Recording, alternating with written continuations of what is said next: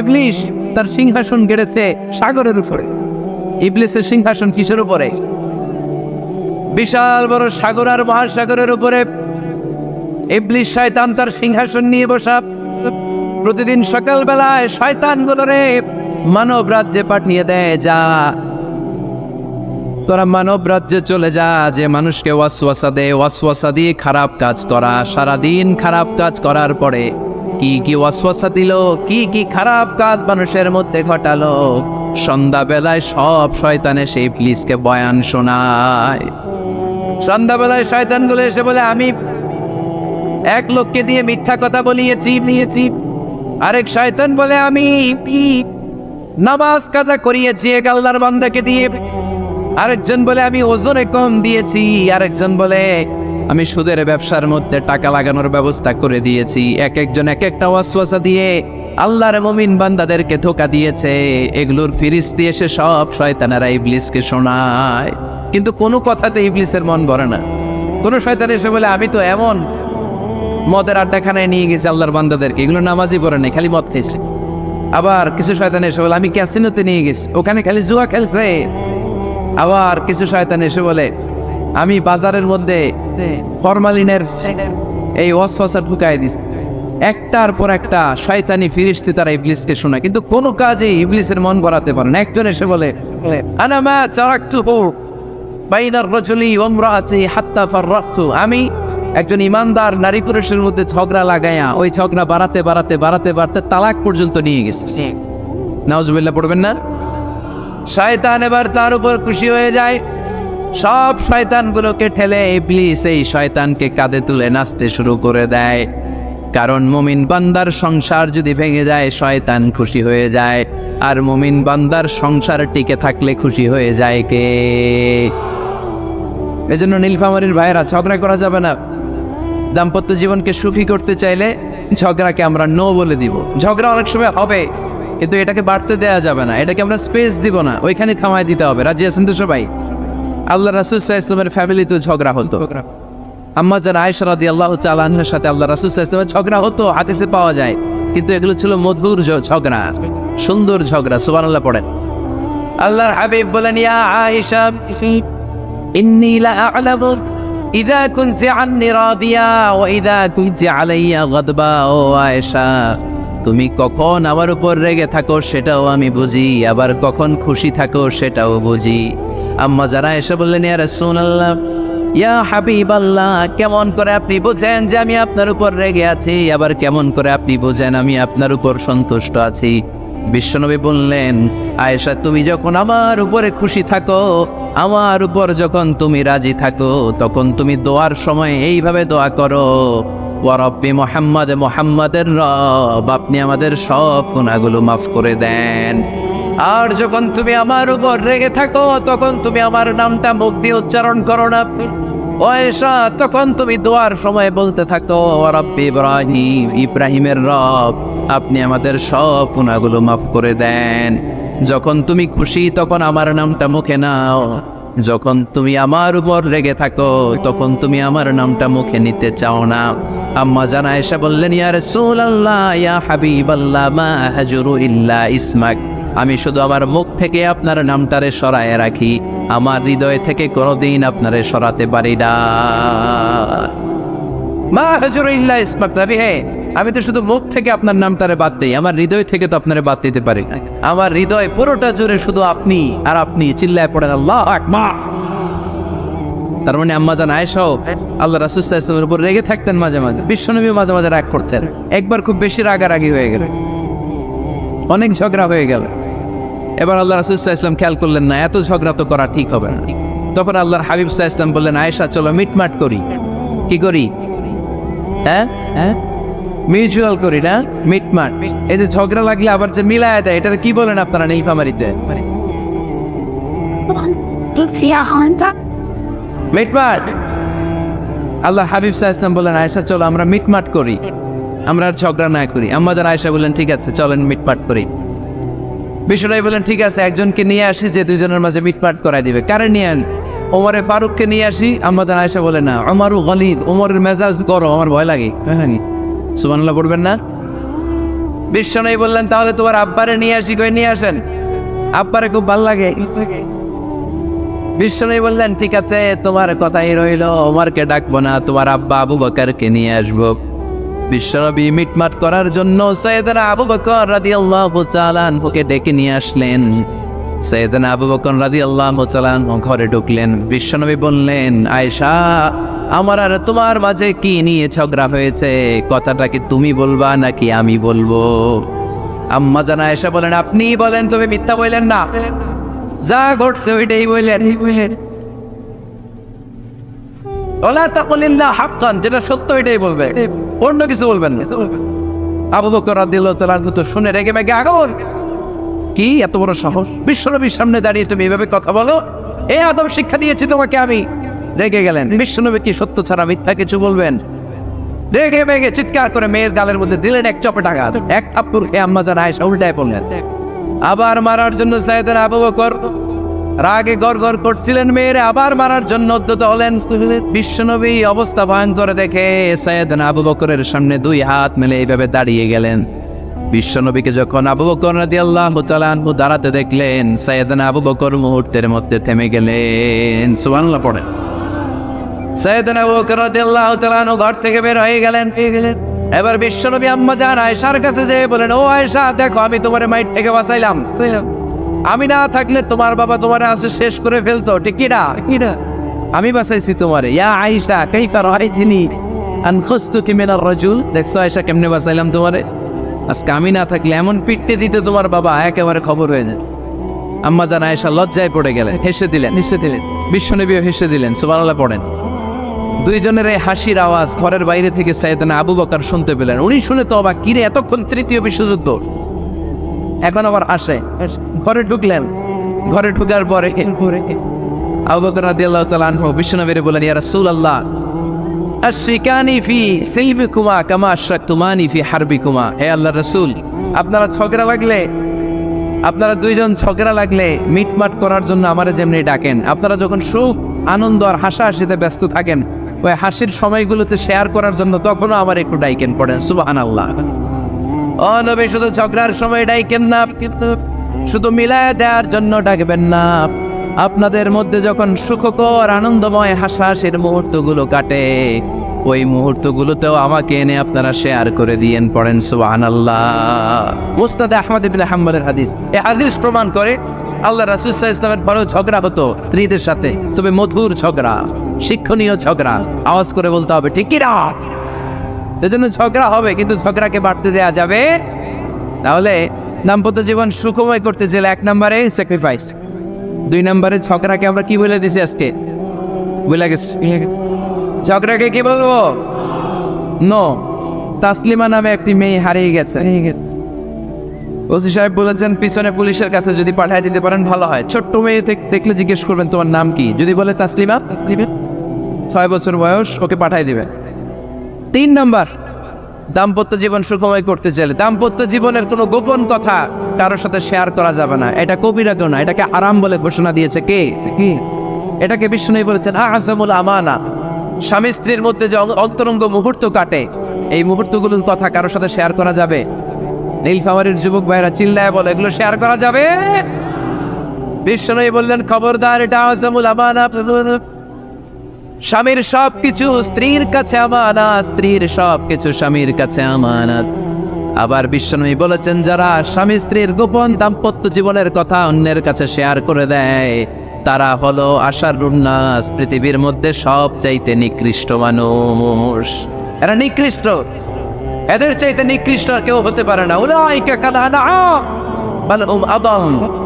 এরা পশুর চাইতেও নিকৃষ্ট, যারা স্বামী স্ত্রীর প্রাইভেট কথা, পার্সোনাল কথা মানুষের কাছে বলে বেড়ায়। আর সিবাহু হারাম, এই গোপনীয় সব কথাগুলোকে অন্যের কাছে প্রকাশ করা হারাম করেছে কে? চিল্লায় বলতে হবে কে? তাহলে খবরদার, নিজেদের দাম্পত্য জীবনের কোনো কিছু অন্যের সাথে শেয়ার করবেন। আমাদের বোনরা অনেক সময় একসাথে বসলে পেটের কথা, পিঠের কথা সব বলে ফেলায়, আছে না নাই? না বোনেরা, সব শেয়ার করলেও আপনাদের দাম্পত্য জীবনের কোনো কথা কখনো কারোর সাথে শেয়ার করতে পারবেন না। 4 নম্বর ফর্মুলা হচ্ছে অহেতুক সন্দেহ পরিহার করতে হবে। অনেক স্ত্রী আছে স্বামীরে খালি সন্দেহ করে, আছে না নাই? নীলফামারীতে এই সমস্যা নাই? আছে? এই যে ভুক্তভোগী পাওয়া গেছে, আছে না নাই? আছে। খালি সন্দেহ করে, এই তুমি ওদিকে তাকালে কেন, ওই বেডের দিকে তাকাইলা কেন, এই তোমার মোবাইল দাও, কারে ফোন দিলা দেখি, এই ফেসবুকের পাসওয়ার্ড দাও দেখি কি করছি, দেখি মেসেঞ্জারে কার সাথে চ্যাটিং করছে, আছে না নাই? এই যে অহেতুক সন্দেহ আপনার ফ্যামিলিটারে জাহান্নামের টুকরা বানায় দিন।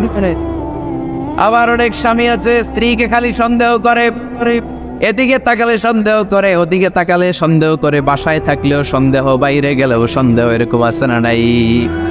না, অহেতুক সন্দেহ এটা পরিহার করবেন। এই সন্দেহ খুব খারাপ জিনিস। আমি ব্যক্তিগতভাবে অনেক কেস এরকম হ্যান্ডেল করেছি, এসে বলে হুজুর খালি সন্দেহ করে, এটা একটা রোগ। এটা কি আপনার ফ্যামিলিটারে শেষ করেছে। এজন্য অহেতুক সন্দেহ পরিহার করবেন। হ্যাঁ, সত্যি যদি পরকীয়ার কোনো ঘটনা ঘটে থাকে ওটা নিয়ে বসেন, ফেস টু ফেস কথা বলেন, ফ্যামিলি মিটিং করেন, সরাসরি সেটেল করার চেষ্টা করেন। কিন্তু অহেতুক সন্দেহ একটা রোগ। এই রোগ থেকে আল্লাহ তুমি দাম্পত্য জীবনকে বাঁচাও, আমরা আওয়াজ করে পড়বো আমিন। 5 নাম্বার, স্বামী স্ত্রী একে অপরকে আল্লাহর বিধান স্মরণ করায় দিবে। স্বামী যদি ফজরের সময় ঘুমায় থাকে, স্ত্রী ডেকে দেওয়ার দরকার আছে না নাই? আবার স্ত্রী যদি ঘুমায় থাকে, স্বামীর ডেকে দেওয়ার দরকার আছে না নেই? কোন স্বামী যাবে জান্নাতে, তার স্ত্রী যাবে জাহান্নামে, আবার স্ত্রী হবে জান্নাতি, স্বামী যাবে জাহান্নামে। এরকম আমরা চাই নাকি? আমরা যখন জান্নাতে যাব, আমার স্ত্রীর হাত ধরে একসাথে জান্নাতে ঢুকতে চাই, ঠিক কিনা? ঠিক কিনা? আবার আমার স্ত্রী যখন জান্নাতে যাবে, সে একা ঢুকতে পছন্দ করবে? এজন্য আমরা দুনিয়াতে যেমনি এক ছাদের নিচে, এক জায়গায়, এক বাড়িতে, জান্নাতেও আমরা এক বাড়িতে থাকতে চাই। আওয়াজ করে বলতে হবে, ঠিক কিনা? এজন্য গবেষকরা বলেছে স্বামী স্ত্রীর ভালোবাসাটাকে তারা বলে লাভ পিরামিড। কি পিরামিড? লাভ পিরামিড। এই ত্রিভুজ আকৃতি। কিরে ভাই? আচ্ছা, লাভ পিরামিড, ত্রিভুজ আকৃতি, ট্রায়াঙ্গেল। আপনারা ত্রিভুজ চিনেন? চিনেন? কথা কয় না। ত্রিভুজের কয় কোণা? কয় কোণা? 3 কোণা। এই যে এরকম, তাই না? তাই না? এই জন্য স্বামী স্ত্রীর ভালোবাসাটাকে বলে লাভ পিরামিড। উপরে এরকম সমুদ্রের মতো না, উপরে থাকে আল্লাহ, আর ডানে স্বামী, বায়ে স্ত্রী। এই 2 কোণায় স্বামী স্ত্রী, আর উপরের কোণায় আল্লাহ। স্বামী স্ত্রী যদি আল্লাহর আনুগত্যের দিকে যেতে চায়, যতই তারা the couple come to Allah, they come closer to each other. তারা যদি আল্লাহর কাছাকাছি যায়, তারা নিজেরাও কাছাকাছি হয়, ঠিক কিনা? ঠিক কিনা? তারা আল্লাহর কাছে যেতে যেতে যেতে যেতে আল্লাহর ইবাদতে যদি একেবারে আল্লাহর কাছে চলে যায়, তারা নিজেরাও কাছাকাছি চলে যায়, ঠিক কিনা? ঠিক কিনা? আর তারা আল্লাহর আনুগত্য থেকে যত দূরে সরে, তারা নিজেরাও নিজেদের থেকে তত দূরে সরে পড়ে। চিল্লায় বলেন, ঠিক কিনা? লাভ পিরামিড এটা। এই জন্য the closer the couple comes to Allah, the closer the couple comes to each other. Couple, স্বামী স্ত্রী, আল্লাহর ভালোবাসা নিজের মধ্যে যত গাঢ় করবে, আল্লাহর আনুগত্য যত বেশি করবে, আল্লাহর ইবাদত যত করবে, নিজেরাও তত কাছাকাছি আসবে। আর আল্লাহর যত বলবে, নিজেদের মধ্যে বড় বড় ফারাক করে দিবে কে? তাহলে এই 5টা বিষয় স্বামী স্ত্রীর উভয়ের উপর বর্তায়। এগুলো মেনে চললে দাম্পত্য জীবনকে সুখময় করে দিবে কে? আল্লাহ। এবার আমরা শুনবো আমাদের বোনদেরকে। যে ডান দিকে আমি শুনলাম আমাদের বোনদের বিশাল প্যান্ডেল, আছে না নাই? আজকে বোনদের দিয়ে শুরু করি। স্ত্রীদেরকে আল্লাহ কি দায়িত্ব দিয়েছে? একটা ফ্যামিলিকে সুন্দর করতে, একটা দাম্পত্য জীবনকে সুন্দর করতে। স্ত্রীর 1 নম্বর দায়িত্ব হচ্ছে she should make a comfort to her husband. স্ত্রীর উচিত স্বামীর জন্য ঘরটাকে প্রশান্তির নীর বানিয়ে রাখা। কি বানিয়ে রাখা? প্রশান্তির নীর। স্ত্রী হওয়া উচিত এমন যাকে দেখলে স্বামীর চোখ জুড়ায়, স্বামীর প্রাণ জুড়িয়ে যায়, স্বামীর হৃদয়টা ঠান্ডা হয়ে যায়, ঠিক কিনা?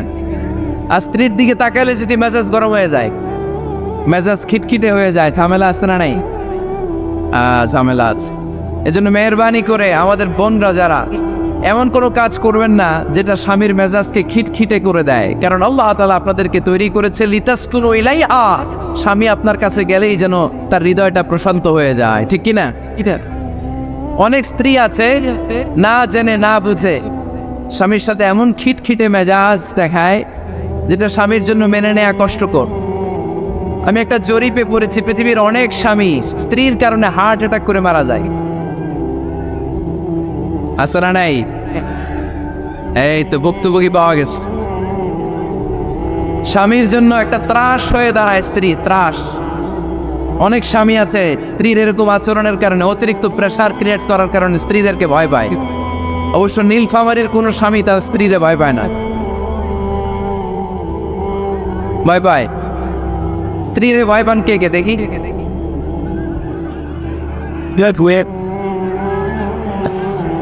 ভয় পান আপনারা? ভয় পান? হ্যাঁ,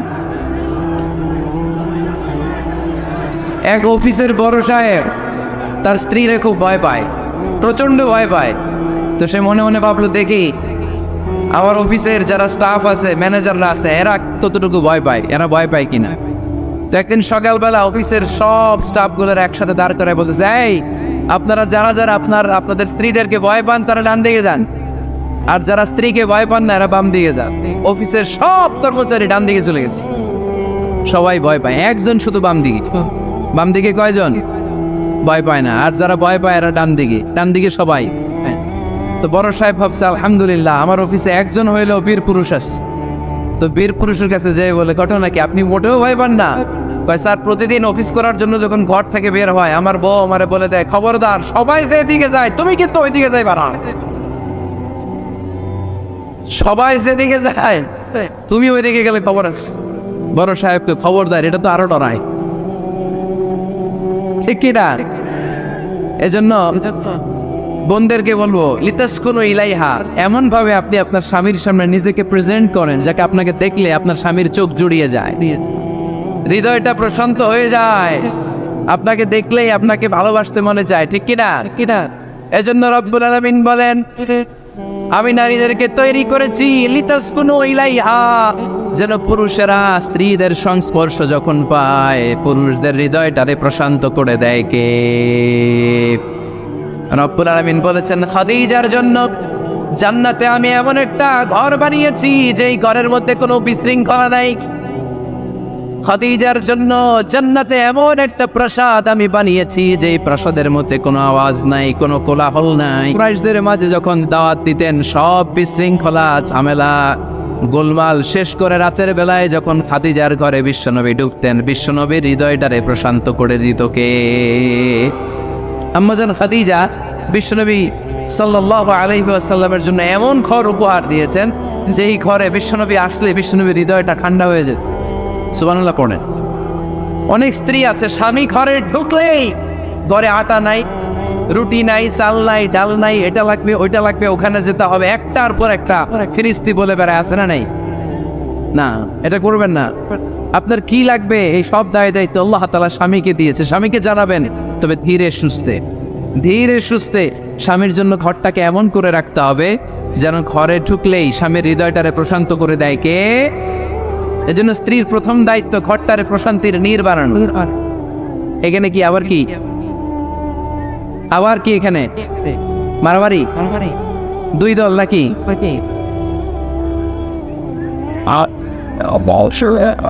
আপনাদের মনোযোগ আসছে না গেছে?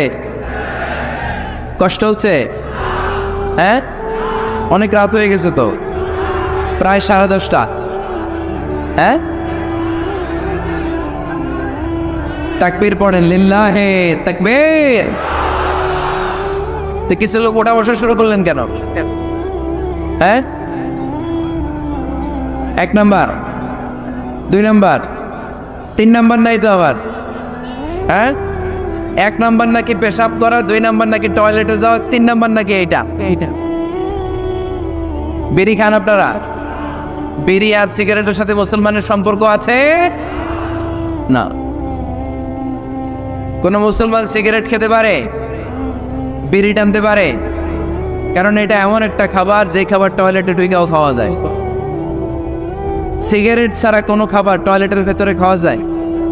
কথা বলেন, খাওয়া যায়। এবং সিগারেট পৃথিবীর এমন খাবার যে খাবারের গায়ে এই খাবারের বদনাম লেখা থাকে, ঠিক কিনা? সিগারেট ছাড়া পৃথিবীর কোনো খাবারে ওই খাবারের বদনাম আছে? কথা বলেন। ধরেন আপনাদের নীলফামারীতে নতুন 1 প্যাকেট বিস্কিট বেরোচ্ছে, যে বিস্কিটের গায়ে লেখা এই বিস্কিট খাওয়ার 1 ঘন্টার মধ্যে ডায়রিয়া শুরু হবে। ওটা খাইবেন কে কে? খাবেন আপনারা? কি বলবেন দোকানদারে, তোর বিস্কিট তুই খা, তোর ডায়রিয়া হোক, ঠিক কিনা? কিন্তু সিগারেটের গায়ে কিন্তু লেখা থাকে স্মোকিং কজেস ক্যান্সার, ধূমপান স্বাস্থ্যের জন্য ক্ষতিকর, ধূমপান কর্কট রোগের কারণ, ধূমপান করলে এটা বিষপানের শামিল। এই সিগারেট এটা তৈরি হয় তামাক পাতা থেকে, টোবাকো প্ল্যান্ট। এই তামাক পাতা চাষ হয় নাকি নীলফামারীতে? হ্যাঁ, বাংলাদেশে সবচেয়ে বেশি, সবচেয়ে বেশি নীলফামারীর কোন থানায়? সদরে, শহর অঞ্চলে। আচ্ছা, এই তামাক পাতার চারদিকে বেড়া দেওয়া লাগে না, জানেন? কারণ ছাগলও মুখ দেয় না। তো যেটা ছাগলে খায় না ওটা মানুষ খাইতে পারে? আওয়াজ করে বলেন। তাহলে ঝগড়ারে যেমনি আজকে আমরা নো বলে দিলাম, এই সিগারেট, এই মাদক, এগুলাকে আজকের প্রোগ্রাম থেকে আমরা নো বলে দিব। পারা যাবে? মাদককে আমরা নো বলে দিলাম। আওয়াজ করে বলেন, মাদক আর সিগারেটকে কি বললাম? নো। আল্লাহ তুমি বুঝার তৌফিক দান করো, আমরা পড়ি আমিন। একটা সুখী দাম্পত্য জীবনের জন্য স্ত্রীর 2 নাম্বার দায়িত্ব হচ্ছে স্বামীকে ইন্সপায়ার করা, স্বামীকে সাহস যোগানো, পিছন থেকে ড্রাইভিং পুশের মতো কাজ করা। কারণ স্বামীকে যখন স্ত্রী সাহস যোগায়, স্বামীর সাহস বেড়ে যায়, ঠিক কিনা? আল্লাহর হাবিব সাল্লাল্লাহু আলাইহি ওয়াসাল্লামের কাছে কোরআনের আয়াত নাযিল হলো, ইকরা বিসমি রাব্বিকাল্লাযী খালাক, খালাকাল ইনসানা মিন আলাক, ইকরা ওয়া রাব্বুকাল আকরাম الذي علم بالقلم علم الإنسان ما لم يعلم। পড়েন আল্লাহু আকবার। সূরাতুল আলাকের 5 আয়াত হেরা গুহায় যখন নাজিল হয়ে গেল, বিশ্বনবী সাইয়েদনা জিবরাইলকে নিজ আকৃতিতে দেখলেন। পা থেকে মাথা পর্যন্ত দেখে বিশ্বনবী ভয় পেয়ে গেলেন। বিশ্বনবী সাল্লাল্লাহু আলাইহি ওয়াসাল্লাম জীবনে দুইবার সাইয়েদনা জিবরাইল আলাইহিস সালামকে ওনার আসল আকৃতিতে দেখেছিল। আওয়াজ করে বলতে হবে, কয়বার? এক হচ্ছে মেরাজ রজনীতে সিদরাতুল মুনতাহায়, 2 হচ্ছে প্রথম যখন কোরআনের আয়াত নাজিল হয়, বিষ্ণু ইসা ইসলাম দেখলেন বিশাল একজন ব্যক্তি, পাটা হচ্ছে হেরা গুহায় আর মাথাটা হচ্ছে আকাশের উপরে।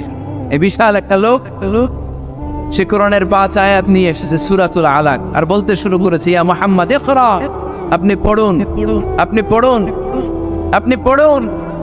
3 বার পড়ার আদেশ করার পরে বিষ্ণু ইসা ইসলাম পড়তে আরম্ভ করলেন, ইকরা বিসমি রাব্বিকাল্লাযী খালাক, খালাকাল ইনসানা মিন আলাক, ইকরা ওয়া রাব্বুকাল আকরাম আল্লাযী আল্লামা বিল কলম আল্লামাল ইনসানা মা লাম ইয়ালাম।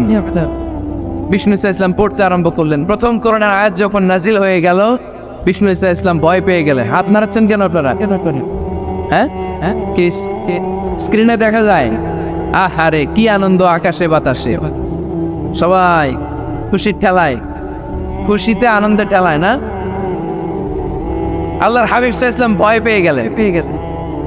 আপনাদের মনোযোগ তো নাই মনে হচ্ছে, তা হাত নাড়াচ্ছেন কেন? এদিকে তাকা।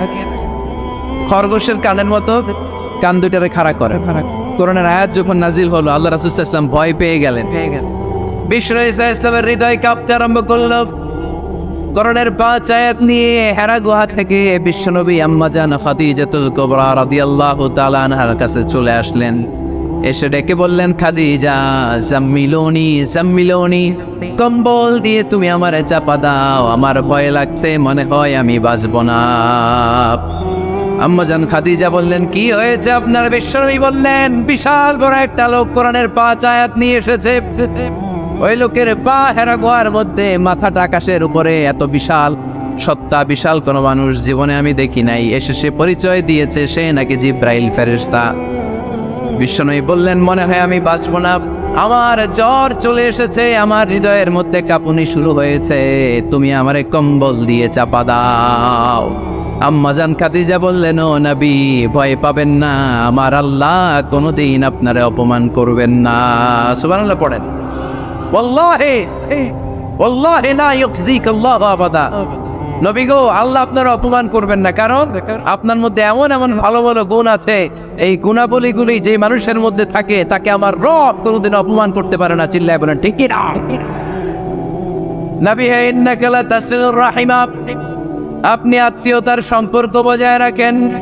ও নবী তাসদুকুল হাদিসা, সব সময় আপনি সত্য কথা বলেন। ওয়া তাহমিলুল কাল্লা, আপনি মানুষের বোঝা টেনে দেন।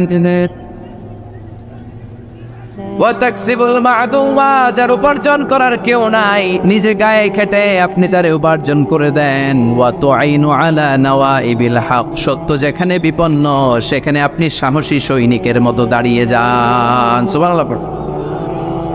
রব্বুল আলামিন বলেন, উন্না লিবাসুল লাকুম ওয়া আনতুম লিবাসুল লাহুম।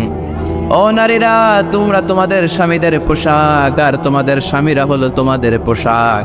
পোশাক যেমনি লজ্জাস্থানকে ঢেকে রাখে, ঈমান ইজ্জতের হেফাজত করে, আব্রু ঢেকে রাখে, তেমনি স্বামী তার স্ত্রীর চরিত্রের হেফাজত করে, স্ত্রী তার স্বামীর চরিত্রের হেফাজত করে। পোশাক যেমনি সুন্দর, স্ত্রীর চোখে স্বামী সুন্দর, স্বামীর চোখে স্ত্রী সুন্দর। পোশাক যেমনি মানুষকে আরাম দেয়, প্রশান্ত করে দেয়, স্বামী আর স্ত্রী একে অপরের সংস্পর্শ পেলে তাদের হৃদয়টাও প্রশান্ত হয়ে যায়, ঠিক কিনা? এজন্য আল্লাহ তাআলা পোশাকের সাথে তুলনা করেছেন। পোশাক একে অপরের পোশাক, পোশাক চামড়ার সাথে লেগে থাকে না, আলাদা থাকে। কি থাকে? তার মানে স্বামী স্ত্রীর সম্পর্কটা এরকম মিলেমিশে ভালোবেসে একাকার, ঠিক কিনা? আর নিসাউ শাকাইকুর রিজাল, নারীরা পুরুষদের কাউন্টার পার্ট। নারী হচ্ছে পুরুষের সহযোগী। এই পৃথিবীর এই সভ্যতা, এই সিভিলাইজেশন, এই উন্নয়ন, এই ডেভেলপমেন্ট, এটা শুধু পুরুষরা করে নাই। এই উন্নয়নের অংশীদারিত্বে আমাদের বোনদের, নারীদেরও হাত আছে না নাই? এজন্য কাজী নজরুল বলেছেন, এ বিশ্বে যা কিছু সুন্দর চিরকল্যাণকর, অর্ধেক তার করিয়াছে নারী, অর্ধেক তার নর। চিল্লায় বলেন ঠিক কিনা? এজন্য এই মহাবিশ্বের এই সভ্যতায় আপনাদের যেমনি অবদান, আমাদের বোনদের অবদান আছে না নাই? স্বামী স্ত্রী এই দুজন মিলে এই বিশ্ব সভ্যতা তৈরি হয়েছে। এজন্য দুজনের মধ্যে সম্পর্ক হবে পোশাকের মতো। পোশাক যেমনি দেহের সাথে লেগে থাকে, স্বামী স্ত্রীর মধ্যে এরকম সুসম্পর্কের দরকার আছে না নাই? আচ্ছা, আজকে আমরা জানার চেষ্টা করব কি করে স্বামী আর স্ত্রীর মধ্যে এই সুসম্পর্ক বাড়ানো যায়, ইনক্রিজ করা যায়। কি করে আমাদের মধ্যে মারামারি, কাটাকাটি, ঝগড়া, ডিভোর্স এই রেটটা কমানো যায়, এ ব্যাপারে আমাদের জানার দরকার আছে না নাই? ইসলামী শরিয়া স্বামী স্ত্রী প্রত্যেককে ইন্ডিভিজুয়ালি আলাদা আলাদা কিছু দায়িত্ব দিয়েছে। স্বামীকে কিছু দায়িত্ব দিয়েছে, আবার স্ত্রীকে কিছু দায়িত্ব দিয়েছে, আবার উভয়কে কিছু দায়িত্ব দিয়েছে। আমরা শুরুতে স্বামী স্ত্রীর উভয়কে আল্লাহ তাআলা কি দায়িত্ব দিয়েছে এটা জানবো। তারপরে স্ত্রীদেরকে আল্লাহ তাআলা কি দায়িত্ব দিয়েছেন সেটা জানবো। সবশেষে স্বামীদেরকে আল্লাহ তাআলা কি দায়িত্ব দিয়েছে সেটা জানবো। এই দায়িত্বগুলো পালন করার মধ্য দিয়ে দাম্পত্য জীবনকে সুখময় করে দিবে কে? আল্লাহ। শুরুতে আমরা জানবো দ্য কালেকটিভ রেসপন্সিবিলিটি, যৌথ দায় দায়িত্ব কি আছে স্বামী আর স্ত্রীর, কেমন করে দাম্পত্য জীবনকে সুখময়, শান্তিময় করতে হয়। একটা দাম্পত্য জীবন কলহমুক্ত করতে চাইলে, সুখময় করতে চাইলে সর্বপ্রথম স্বামী স্ত্রীর যেটা খেয়াল রাখতে হবে সেটা হচ্ছে স্বামী স্ত্রীর উভয়ের স্যাক্রিফাইসের মানসিকতা থাকা লাগবে। স্যাক্রিফাইস, আওয়াজ করে আমার সাথে সাথে বলেন স্যাক্রিফাইস। এই স্যাক্রিফাইস ছাড়া দাম্পত্য জীবন টিকবে? দুইজনেই যদি ঝগড়া করে, দুইজনেই যদি রেগে যায়, ঝামেলা আসে না নাই? স্বামী রেগে গেলে স্ত্রীকে থেমে যেতে হয়, আবার স্ত্রী রেগে গেলে স্বামীকে থেমে যেতে হয়। স্বামীও যদি রেগে যায়, স্ত্রীও যদি রেগে যায়, তাহলে তৃতীয় বিশ্বযুদ্ধ বেঁধে যাবে, ঠিক কি না? এই জন্য রেগে গেলেন তো হেরে গেলেন, রাগা যাবে না। স্বামী যদি রেগে যায়, স্ত্রী থেমে যেতে হবে। স্ত্রী যদি রেগে যায়, স্বামী থেমে যেতে হবে। এটাই দাম্পত্য জীবনের সুখ আর সমৃদ্ধির মূল ফর্মুলা। স্যাক্রিফাইস করতে হবে। এর কারণ আপনি যদি দোষ খুঁজতে শুরু করেন, দোষ ছাড়া পৃথিবীতে মানুষ নাই, ঠিক কিনা? No one is perfect in this world. এই পৃথিবীতে কেউই পারফেক্ট না। আপনি যে আপনার স্ত্রীর দোষ খোঁজেন, আপনারও দোষ আছে না নাই? আবার ভাবি যদি আপনার খালি দোষ খোঁজে, ভাবিরও দোষ আছে না নাই? না, এজন্য দোষ খুঁজবেন না, স্যাক্রিফাইস করেন, একটু মানিয়ে নিন। দাম্পত্য জীবনটা এরকমই, একটু ছাড় দিতে হয়, একটু মানিয়ে নিতে হয়। দাম্পত্য জীবনে কখনো মন খারাপ, কখনো মন ভালো, কখনো রোদ, কখনো বৃষ্টি, এই নিয়েই দাম্পত্য জীবন, ঠিক কিনা? তাহলে দাম্পত্য জীবনে যদি আমরা সুখ পেতে চাই, সকল নবদম্পতিকে বলবো একটু ছাড় দেওয়ার মানসিকতা বিল্ড আপ করেন, একটু মানিয়ে নেন, একটু ছাড় দেন, একটু মিলেমিশে চলেন, এক স্যাক্রিফাইস আমাদের জীবনটারে, আমাদের দাম্পত্য জীবনটাকে একটা জান্নাতি দাম্পত্য জীবন বানায় দিবে, ঠিক কিনা? দাম্পত্য জীবনকে সুখী করার 2 নাম্বার ফর্মুলা হচ্ছে ঝগড়া করা যাবে না।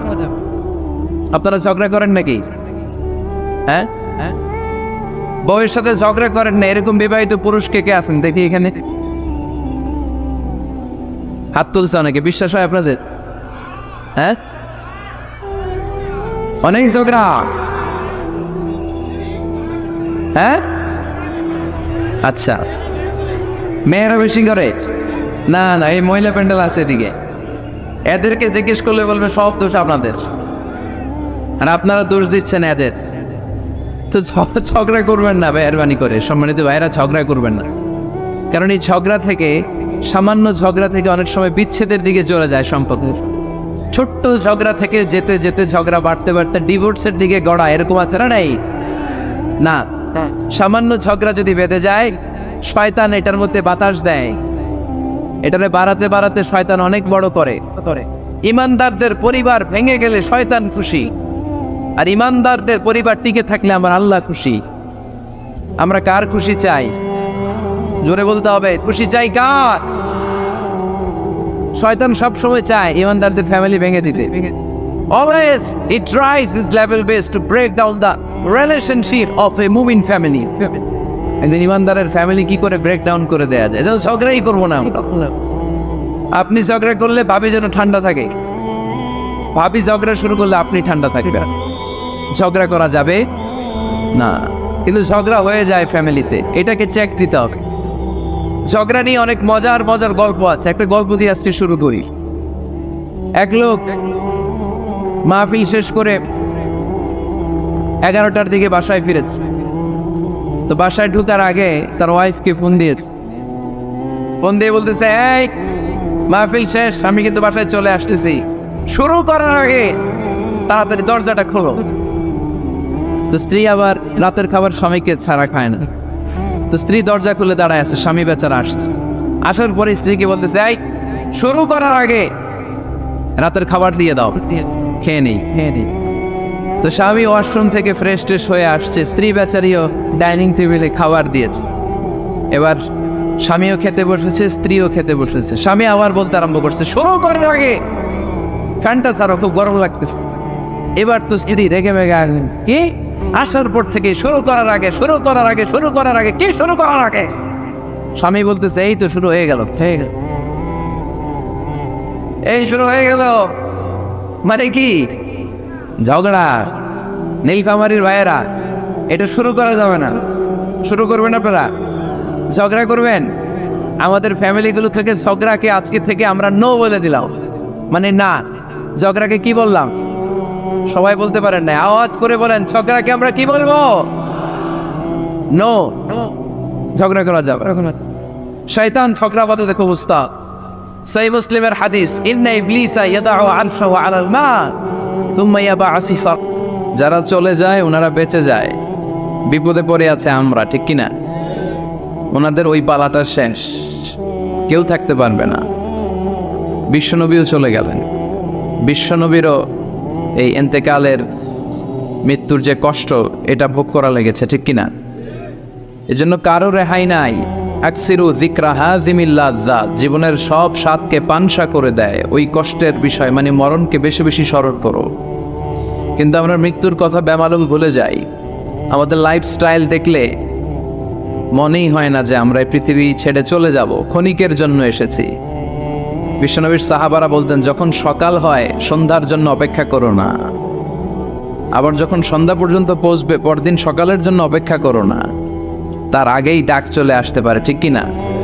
আবার বিশ্বনবী বলতেন, নামাজে যখন দাঁড়াও, সাল্লু সালাতান মুআদ্দিয়া, মনে করো এটাই তোমার জীবনের হতে পারে শেষ নামাজ। Perform the Salah as if this is your last and final prayer, এমনভাবে সালাত পড়ো মনে করো হতে পারে এটা জীবনের শেষ নামাজ। এজন্য কেউ থাকতে আসি নাই, চলে যাব। আমার নানা ভাই যেমনি চলে গেলেন আমরাও চলে যাব, ঠিক কিনা? শুয়ে আছেন আমাদের পাশেই, আমরা দোয়া করি আল্লাহ তাআলা ওনার কবরটাকে তুমি জান্নাতুল ফেরদাউসের বাগান বানাও, ওনার কবরের সাথে জান্নাতের একটা কানেকশন তৈরি করে দাও। আমার নানা ভাইয়ের যে স্বপ্নগুলো ছিল, যে অসমাপ্ত কাজগুলো ছিল, এগুলো যেন বর্তমান পীর সাহেব গোলাম পরওয়ার সাঈদী আরাফাত উনি আপনাদের সবাইকে একসাথে নিয়ে অসমাপ্ত কাজগুলো যেন সমাপ্ত করতে পারে, আমরা দোয়া করি। আমরা আওয়াজ করে পড়ি আমিন। আজকের এই প্রোগ্রামের সভাপতিত্ব করছেন মাওলানা গোলাম পরওয়ার সাঈদী আরাফাত, পীর সাহেব আড়াইবাড়ি দরবার শরীফ, কুমিল্লা। আল্লাহ পাক ওনার যোগ্যতাকে আরও বাড়িয়ে দিক। আপনাদের সবাইকে নিয়ে আড়াইবাড়ি দরবারের যত দায়িত্ব আছে সবগুলো দায়িত্বের জন্য সুচারুরূপে উনি পালন করতে পারে, আল্লাহ তৌফিক দান করুন। আমার আগে কথা বলেছেন হযরত মাওলানা আল্লামা সাদিকুর রহমান আজহারি সাহেব, এর আগে কথা বলেছেন আমার আরেক নানা ভাই গোলাম সরওয়ার সাঈদী পীর সাহেব। দরবারের অনেক বড় বড় ওলামায়ে কেরাম আজকে কথা রেখেছে, যারাই কথা রেখেছে নিশ্চয়ই কোরআন থেকে কথা বলেছে। সবগুলো কথা যেন আমরা আমল করতে পারি, আল্লাহ তুমি তৌফিক দাও। এই মাহফিলগুলোর অ্যারেঞ্জমেন্ট করা হয় যাতে আমাদের জীবনের পরিবর্তন আসে। আমরা আসলে ভুলে গেছি যে আমরা চলে যাব, মাটির কবরে কিন্তু আমাদের সবাইকে যেতে হবে, ঠিক কিনা? একদিন মাটির ভেতরে হবে ঘরে মন আমার, কেন বন্ধ দালান ঘর, প্রাণ পাখি উড়ে যাবে পিঞ্জর ছেড়ে, ধরা ধামে সবই রবে তুমি যাবে চলে, বন্ধু বান্ধব যত মাতা পিতা দ্বারা সুত সবই হবে তোমার পরে মন আমার, কেন বন্ধ দালান ঘর, একদিন মাটির ভেতরে হবে ঘরে মন আমার, কেন বন্ধ দালান ঘর, ঠিক কিনা? চলে যেতে হবে। এজন্য এটা যেন আমাদের মাথায় থাকে যে আমরা থাকতে আসি নাই, আমাদের আখিরাতটা যেন সুন্দর হয়, সবসময় এই চিন্তা রাখতে হবে। আমাদের মোরাল বেসিস, আমাদের ethical level is going down, ইখলাস তাকওয়া ইজ গোয়িং ডাউন। আল্লাহর উপর ভয়, আল্লাহর উপর অগাধ বিশ্বাস এবং আস্থা দিন দিন আমাদের কমছে, আর দুনিয়াকে পাওয়ার লোভ আমাদের বাড়ছে, ঠিক কিনা? কিন্তু আমরা থাকতে আসি নাই, চলে যাব। আমাদের অনেক লাগবে। গোটা বিশ্বে দেখবেন যে একটা প্রতিযোগিতা মানুষের মধ্যে, ছুটছে মানুষ পাগলের মতো, আরো লাগবে, আরো টাকা লাগবে, আরো সম্মান লাগবে, আমার আরো দাপট লাগবে, আরো জায়গা লাগবে, আরো ফ্ল্যাট লাগবে, আছে না নাই? বিশ্বনবী বলেন বনি আদমের প্রত্যেককেও যদি একটা স্বর্ণের পাহাড়ের মালিক বানিয়ে দেয়া হয়, কিসের পাহাড়? কথা বলেন। আচ্ছা, একটা স্বর্ণের পাহাড়ের মালিক যদি আপনি হন, আপনার পুরো 14 পুরুষ মিলে ওই স্বর্ণের পাহাড় যদি বিক্রি করেও খান, ওই পাহাড়ের অর্ধেকও শেষ করতে পারবেন? বিশ্বনবী বললেন প্রত্যেককে যদি একটা স্বর্ণের পাহাড়ের মালিকও বানিয়ে দেয়া হয়, প্রত্যেকে চাবে আরো একটা স্বর্ণের পাহাড় কেমনে নেওয়া যায়। কত বড় ডাকাত, ঠিক কিনা? ওয়ালাই আমলা আফাহু ইল্লা তুরাব, কবরের মাটি ছাড়া কোনো কিছু বনি আদমের এই মুখকে বন্ধ করতে পারবে? আরো লাগবে, খাই খাই খাই খাই, আরো দাও, পাই নাই, এরকম অসন্তোষ আছে না নাই? অল্প খাবেন, অল্প পড়বেন, অল্প জমাবেন, অল্পের ভেতরে বরকত দিছে কে? এজন্য বেশি বেশি আমরা করব না, অল্পে সন্তুষ্ট থাকবো, আর শুকর করব একজনের, তিনি কে? কারণ তিনিই পারেন আপনার মনের সব জ্বালা যন্ত্রণা দূর করে দিতে। আল্লাহ পাক আমাদেরকে সহি সমঝ দান করুক। সবাই পড়েন আমিন। আপনাদের কষ্ট হচ্ছে না তো? বলেন কি, রাত বাজে 11:30, শহরের ভেতরে এত রাতে কথা বলা যায়? হ্যাঁ, কথা বলা যাবে? তো আমরা খুব বেশি লম্বা চূড়ার সময় নিব না। শহরের মানুষ খুব ব্যস্ত থাকে, কারো অফিস আছে সকালে, কারো ব্যবসা প্রতিষ্ঠান খুলতে হবে। তো আমরা অল্প কয়েক মিনিট, অল্প সময় কথা বলবো, বেশি লম্বা সময় নিব না। তবে যতক্ষণ শুনবো মনোযোগের সাথে শুনবো, ইনশাল্লাহ পড়েন। আর ওঠা বসা করা যাবে না, করা যাবে? তো আমরা অল্প কয়েক মিনিট কথা শুনবো আমলের নিয়তে। আগে নিয়তটাকে খালেস করে নেই যে আল্লাহ, এই যে এত দামি সময় ব্যয় করে আমরা আসলাম, যা শুনবো এটা যেন আল্লাহ আমল করতে পারি। চিল্লায় পড়েন আমিন।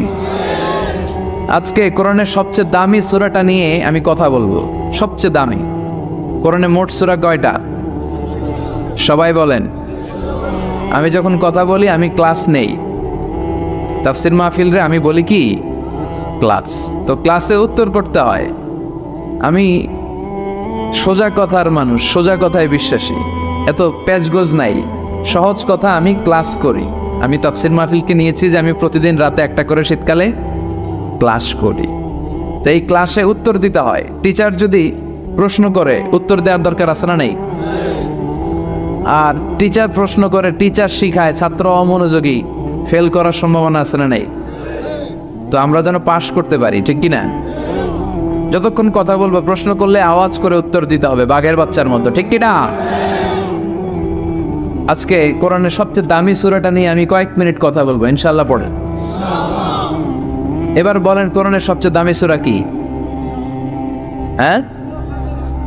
আর ইখলাস, আর ইয়াসিন, আর রহমান, আর বাকারা। বাকারা মানে কি? গাভী মানে কি? গরু। গাভী মানে নাকি গরু? তো গাভীর নামে আল্লাহ কোরআন একটা সূরা দিলেন। গাভীর দুধ খাবেন বেশি বেশি। বিষ্ণু বলতেন আলাইকুম বি আলবানিল বাকার, তোমরা গরুর দুধ খেও। ফাইন্নাহা তুরাম্মু মিনাল আশজার, কেননা গরুর দুধ এটা ঘাস পাতার নির্যাস। গরু কি খায়? ঘাস খায়। আবার বিষ্ণু বলতেন গরুর গোশত খায়ও কম, দুধ খায়ও বেশি, কেননা ফাইন্না ফি লাবানিহা শিফা, গরুর দুধে আছে শিফা, ও ফি লাহমিহা দা, আর গোশতে আছে রোগ। এখন অনেক ডাক্তারের সিরিয়াল দিতে গেলে ডাক্তার বলে লাল গোশত যারা খায় এরা যেন আমার সিরিয়াল না নেয়, কারণ আমি যতই ওষুধ দিব কোনো কাজ করবে না। Red meat is strictly prohibited for my patient, আমার রোগীর জন্য লাল মাংস খাওয়া নিষিদ্ধ। গরুর গোশতের ভেতরে আছে রোগ, কোলেস্টেরল বেশি। খেয়াল রাখবেন, যেই প্রাণীর পা বেশি ওই প্রাণীর গোশতের ভেতরে কোলেস্টেরল বেশি। মাছের পা আছে? কথা বলেন। মাছে কোনো কোলেস্টেরল নাই, সুবহানাল্লাহ পড়ে। মুরগির পা কয়টা? দুইটা, তার মানে কিছু আছে, তাই না? গরুর পা কয়টা? তার মানে কোলেস্টেরলের পরিমাণ বেশি না কম? এবার বলেন চিংড়ি মাছের পা কয়টা? কয় হুজুর হিসাব নাই। তাহলে কোলেস্টেরলেরও হিসাব নাই। এগুলো কম কম খেতে হবে, ঠিক কি না? তো এজন্য দুধ খেতে হবে বেশি। জান্নাতে যারা যাবে আল্লাহ তাআলা জান্নাতীদের জন্য 4টা শারাবান তাহুরা রাখবেন। ওয়াসাকাহুম রাব্বুহুম শারাবান মাসালুল জান্নাতিল্লাতী ওয়াইদাল মুত্তাকুনা ফিহা আনহারুম মিন মাইন গায়রি আসিন ওয়া আনহারুম মিন লাবানিন লাম ইয়াতাগায়্যার তা'মুহু وأنهار من خمر لذة للشاربين وأنهار من عسل مصفى سبحان الله। জান্নাতে যারা ঢুকবে জান্নাতীদের গলায় যেন কোনো তৃষ্ণা না লাগে, এজন্য আল্লাহ তাআলা জান্নাতের ভেতরে 4 ধরনের শারাবান তাহুরার ঝর্ণা রাখবেন। কয় ধরনের? 1 নাম্বার হচ্ছে মিনারেল ওয়াটারের ঝর্ণা। মিনারেল ওয়াটার খান আপনারা? কোনটা খান? মাম খান, কেউ ফ্রেশ খায়। আর অ্যাকুয়াফিনা, আর কি খান? স্পা। আর কিনলে, এটা সবচেয়ে ভালো, এটার মধ্যে ঝামেলা কম, এটা টেস্ট করে জানা গিয়েছে। কিনলে খাবেন কোকা-কোলা কোম্পানির, এটা ভালো পানি। কিনলে সবচেয়ে purified water ever in Bangladesh. বাংলাদেশে পাওয়া পরীক্ষিত সবচাইতে বিশুদ্ধ পানি হচ্ছে কিনলে। তো একজনকে মার্কেটিং করে দিতেছে হুজুরে। ভালো জিনিসের প্রশংসা করতে হয়, ঠিক কি না? তো জান্নাতে যারা যাবে তাদের জন্য আল্লাহ তাআলা 4 ধরনের শারাবান তাহুরা রাখবে। সুবহানাল্লাহ কইবেন না? 1 নাম্বার মিনারেল ওয়াটার, মিনারেল ওয়াটারের ঝর্ণা, আপনি ওখান থেকে তেদারসে পান করবেন। নাম্বার 2 দুধের ঝর্ণা, দুধের ঝর্ণা, ফ্রেশ মিল্ক এর ঝর্ণা থাকবে। নাম্বার 3 মধুর ঝর্ণা, মধু খাবেন বেশি বেশি, মধুর মধ্যেও শিফা আছে। এই কোরআনে 2টা জিনিসের ক্ষেত্রে আল্লাহ উল্লেখ করেছেন শেফা। এক হচ্ছে কোরআন, কোরআনটা নিজেই শেফা, সুবহানাল্লাহ। আর হচ্ছে মধু, মধুর ভিতরে শেফা আছে না নাই? আছে। তো বিশুদ্ধ পানির ঝর্ণা, দুধের ঝর্ণা, মধুর ঝর্ণা, আরেকটা থাকবে মদের ঝর্ণা। সুবহানাল্লাহ বাড়িতে গিয়ে বললেন, দুনিয়াতে মদ খাওয়া হারাম করছে কে? আর ওই আল্লাহ জান্নাতে আপনাদেরকে মদ খাওয়াবে। বোতলের মদও আছে, এটার নাম রাহিকুম মাখতুম, সিল্ড ওয়াইন। মিজাজুহা কাফুরা, কর্পূরের ফ্লেভার থাকবে। মিজাজুহু মিন তাসনিম, তাসনিমের ফ্লেভার থাকবে। মিজাজুহা জানজাবিলা, জিঞ্জার ফ্লেভার, আদার ফ্লেভার থাকবে। সুবহানাল্লাহ পড়েন। কিন্তু ওই মদ খেলে মুখে দুর্গন্ধ হবে না, মাথায় মাতলামি আসবে না। আল্লাহু আকবার। কারণ ওই মদটা জান্নাতের যে সুন্দর সুন্দর সুঘ্রাণওয়ালা গাছ আছে, ফুল আছে, ওই ফুলের নির্যাস থেকে আল্লাহ বানাবেন। সুবহানাল্লাহ পড়েন। এজন্য এই 4 ধরনের সুপেয় পানি আল্লাহ তাআলা জান্নাতীদের জন্য রাখবেন। এর চেয়ে দামি একটা পানি রাখবেন, ওইটার নাম হচ্ছে আল কাউসার। কি নাম? পড়েন, ইন্না আ'তাইনাকাল কাউসার ফাসাল্লি লিরাব্বিকা ওয়ানহার ইন্না শানিআকা হুয়াল আবতার। সুবহানাল্লাহ। কাউসারের একটা ঝর্ণা থাকবে। এই কাউসারের পানি আহলা মিনাল আসাল, হাউজে কাউসারের পানি মধুর চেয়েও মিষ্টি। আবিয়াদু মিনাল লাবান, দুধের চেয়েও সাদা। আবরাদু মিনাস সালজ, বরফের চেয়েও ঠান্ডা। এক ঢোক যে খাবে চিরকালের জন্য তৃষ্ণা মিটে যাবে। এই সবগুলো যেন আল্লাহ আমরা পান করতে পারি। আরো জোরে পড়েন আমিন। জান্নাত এমন জায়গা, যে জায়গায় শুধু শান্তি আর শান্তি। জান্নাতে অশান্তি আছে? মারামারি, কাটাকাটি, কিলাকিলি, হরতাল, টেনশন, ব্যারাম আছে কি? আরাম। জান্নাতে আছে কি? নাই কি? ব্যারাম। আরামের জায়গা, কোনো টেনশন নাই। জান্নাতের ভিতরে রোদ নাই, বৃষ্টি নাই, ভূমিকম্প আছে? দুনিয়াতে ভূমিকম্পের টেনশন হয় না? বন্যা আছে জান্নাতে? পুলিশের দৌড়ানি, র্যাবের দৌড়ানি আছে? বাড়ি ভাড়ার টেনশন, বিদ্যুৎ বিল, গ্যাসের বিল, গমে ধরে না আমাদের, ঠিক কি না? জান্নাতে কোনো টেনশন না। জান্নাত হচ্ছে আরামের জায়গা। আপনারা যারা যাবেন জান্নাতে 60 হাত লম্বা হয়ে ঢুকবেন। আহলুল জান্নাতে জুরদা ওয়া মুরদা, জান্নাতীরা হবে পশমবিহীন। এই যে দুনিয়াতে দাড়ি রাখা ওয়াজিব বা সুন্নাতে মুআক্কাদা, কিন্তু জান্নাতীদের গালে কোনো দাড়ি থাকবে না, মোজ থাকবে না, গায়ে পশম থাকবে না। আবনাউ সালাসিন ওয়া সালাসিন, সব জান্নাতি পুরুষরা হবে 33 বছরের তাগড়া যুবক। আল্লাহ, এখানে যেমনি আমরা একত্রিত হলাম, তোমার জান্নাতেও যেন আমরা একত্রিত হতে পারি, তুমি তৌফিক দাও। আর জোরে পড়েন আমিন। এতগুলো কথা কোত্থেকে এসেছে জানেন? জিজ্ঞেস করেছিলাম সবচেয়ে দামি সূরা কোনটা? একজন বলছে বাকারা। বাকারা মানে গাভী, গাভী থেকে দুধ, দুধ থেকে জান্নাত। সুবহানাল্লাহ পড়েন। কোরআনের কথা শেষ হতে চায় না, ইন্টার রিলেটেড, তাই না? একটার সাথে আরেকটা মিলে থাকে। খেয়াল রাখবেন, আল্লাহর কথা রাসূলের কথায় কোনো ফাঁক ফোকর নাই, আছে? এজন্য এই দুইজনের কথাই আমরা মানব। বিদায় হজের ভাষণে বিশ্বনবী বলেছিলেন, লাকাদ তারাকতু ফীকুম আমরাইন লান তাদিল্লু মা তামাসসাকতুম বিহিমা কিতাবাল্লাহ ওয়া সুন্নাতা রাসূলি। আমি তো চলে যাব, রেখে যাব দুটো জিনিস, যদি দুটো জিনিসকে মেনে চলো কখনো বিভ্রান্ত হবে না। একটা হচ্ছে আল্লাহর কিতাব, আর একটা হচ্ছে বিশ্বনবীর সুন্নাত। এই দুইটা আমরা আঁকড়ে ধরবো। রাজি আছেন তো? পৃথিবী যেদিকে যাক, আমি থাকবো দুইটা নিয়ে, ইনশাআল্লাহ। পড়েন, কোরআনের সবচেয়ে দামি সূরা কোনটা বলেন?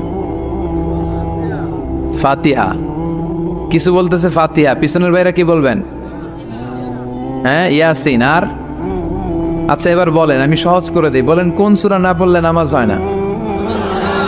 এবার ক্লু পাইছে, এবার ক্লু পেয়েছে। এই সূরা ছাড়া নামাজ হয় না। আমি যদি পড়াই হবে না, এই মসজিদের ইমাম সাহেব পড়াইলে হবে না, কিন্তু বাইতুল মুকাররমের খতিব পড়াইলে আবার হবে। হবে না? শাইখ আব্দুর রহমান সুদাইস পড়ালে তো হবেই। খাইছে কত বড় মুফতি দেখছেন, ফতোয়া দিয়ে দিচ্ছে জি না, আসলেই হবে না। কারণ এটা এমন সূরা, এই সূরা না পড়লে নামাজ হয় না।